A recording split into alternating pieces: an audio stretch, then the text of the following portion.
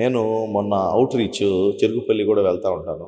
ఈ చెరుకుపల్లి వెళ్ళినప్పుడు ఒక విచిత్రమైన పేషెంట్ వచ్చారు. ఆమెకి ఎప్పుడో లైక్ 2010లోనో 12లోనో ఎప్పుడో స్ట్రోక్ వచ్చిందంట. ఆ స్ట్రోక్ వచ్చినప్పుడు చిన్న స్కార్ అంటే నాకు మెదడులో చిన్నది ఒకటి రక్తం గడ్డగట్టిందండి. దానివల్ల నాకు మెదడులో మచ్చలు ఏర్పడి ఆ మచ్చలు ఏర్పడడం వల్లే నాకు ఇప్పుడు కూడా తలకాయ నొప్పి వస్తుందని నేను ఐకోస్పిన్ వేసుకుంటున్నానండి అని చెప్పారు. ఫస్ట్ ఆమెకి పాపం పూర్తిగా తలకాయ నొప్పి రావడానికి మచ్చల వల్ల వచ్చిద్దా లేకపోతే తలకాయ నొప్పి రావడానికి ఆకున్న స్ట్రోక్కి లింక్ ఉందా ఆయన్ని ఏం తెలియదు. మాకు ఏదో అప్పుడు ఏదో చెప్పారు 2010లో, దాని ప్రకారం వేసుకుంటా ఉంది. ఈ వీడియో చేయడం ఉద్దేశమే ఆమె చెప్పిన నాకు హిస్టరీయే మెయిన్ నా ఇన్స్పిరేషన్ ఈ వీడియో చేయడానికి. వీడియోలో మెయిన్ చెప్పాలనుకుంది ఏంటంటే బ్రెయిన్ లో మచ్చలు ఎక్కడో చోట ఉంటాయి, వాటి వల్ల ఫిట్స్ ఏమన్నా వస్తాయి కానీ తలకాయ నొప్పి వచ్చే ఛాన్స్ చాలా తక్కువ.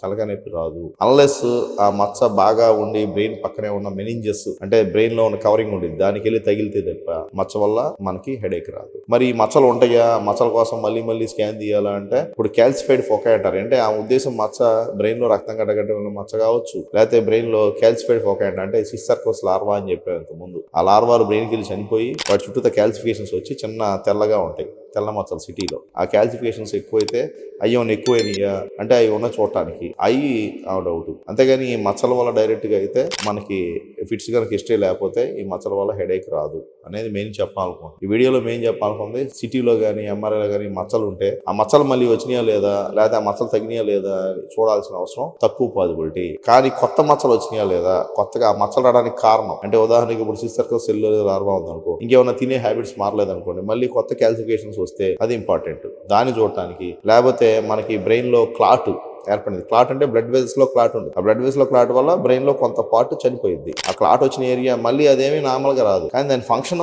బ్రెయిన్ లో ఉన్న ప్లాస్టిసిటీ వల్ల పక్కదానికి షిఫ్ట్ అయ్యి బాగానే ఉంటుంది. ఆ క్లాట్ పెరిగిందా లేదా అని కాదు, కొత్త క్లాట్స్ ఏమైనా వచ్చినాయా లేదా అని చూడటానికి మనం స్కానింగ్ ఏమైనా ఆర్డర్ చేస్తాం. సో మెయిన్ గా మనం డాక్టర్ గారిని అడగాల్సింది ఏంటంటే మచ్చ ఉందా లేదా అనే కన్నా కూడా కొత్త మచ్చలు ఏమైనా వచ్చినాయా, ఆ మచ్చ ఉన్న దాని వల్లే నాకు ఇది వస్తుందా, మీకున్న ప్రస్తుతం ఉన్న కంప్లైంట్ ఆ మచ్చకి రిలేటెడే కదా అనేది తెలుసుకోవాలి. కానీ ఓల్డ్ మచ్చ ఎప్పుడైతే ఉందో ఎవరైనా దెబ్బ తగిలినా ఆ మచ్చ అట్లానే స్కార్ ఉండిద్ది. చిన్నప్పుడు ఎప్పుడో దెబ్బ తగిలింది, ఆ మచ్చ అట్లానే చర్మం మీద ఎట్లా ఉండిద్దో బ్రెయిన్ లో కూడా ఉండిద్ది. కానీ దాని నుంచి వచ్చే సైడ్ ఎఫెక్ట్స్, దాని నుంచి అదేమన్నా దాని నుంచి కాకుండా ఇంక వేరే కారణం వల్ల వచ్చే మచ్చలు అవి తెలుసుకోవడానికి మనం డాక్టర్ గారిని అడగాల్సి ఉంటుంది. సో మెయిన్ గా వీడియోలో మచ్చల వల్ల హెడేక్ రావడం అనేది తక్కువ పాజిబిలిటీ. మచ్చలు రావడానికి కారణాలు ఉన్నదాన్ని బట్టి ఎక్కువ మచ్చలు వస్తాయా అంటే దెబ్బ తగలడం వల్ల వచ్చిందా మచ్చ, లేకపోతే క్యాల్సిఫికేషన్ వల్ల వచ్చిందా, లేకపోతే ఆ స్కారు బ్రెయిన్ లో ఉన్న క్లాట్ వల్ల వచ్చిందా అనేది చూసుకొని దాన్ని బట్టి మనం ట్రీట్మెంట్ ఇవ్వాలి. అట్లానే ఆ మచ్చ ఎక్కడ ఉన్న దాన్ని బట్టి పేషెంట్కి ఫిట్స్ వచ్చే ఛాన్స్ ఉంటుంది, దాన్ని స్కార్ ఎపిలెప్సీ అంటారు. అంతేగాని మిగతాయి హెడేక్ వచ్చే ఛాన్స్ అయితే తక్కువ.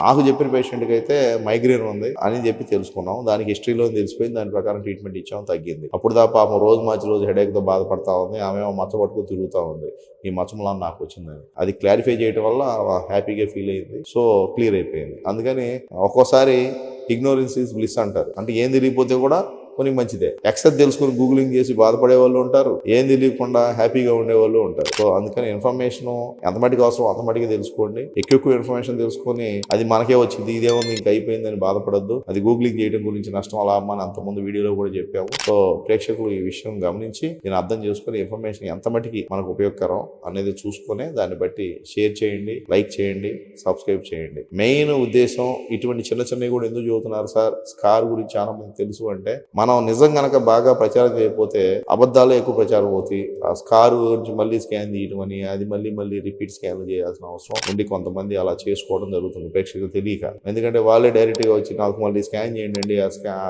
మచ్చ ఎట్టా ఉందో చూద్దాం అనే టైప్కి వచ్చింది. దాన్ని ఆపడానికనే మెయిన్ ఈ వీడియో చేయడం జరిగింది. Thank you.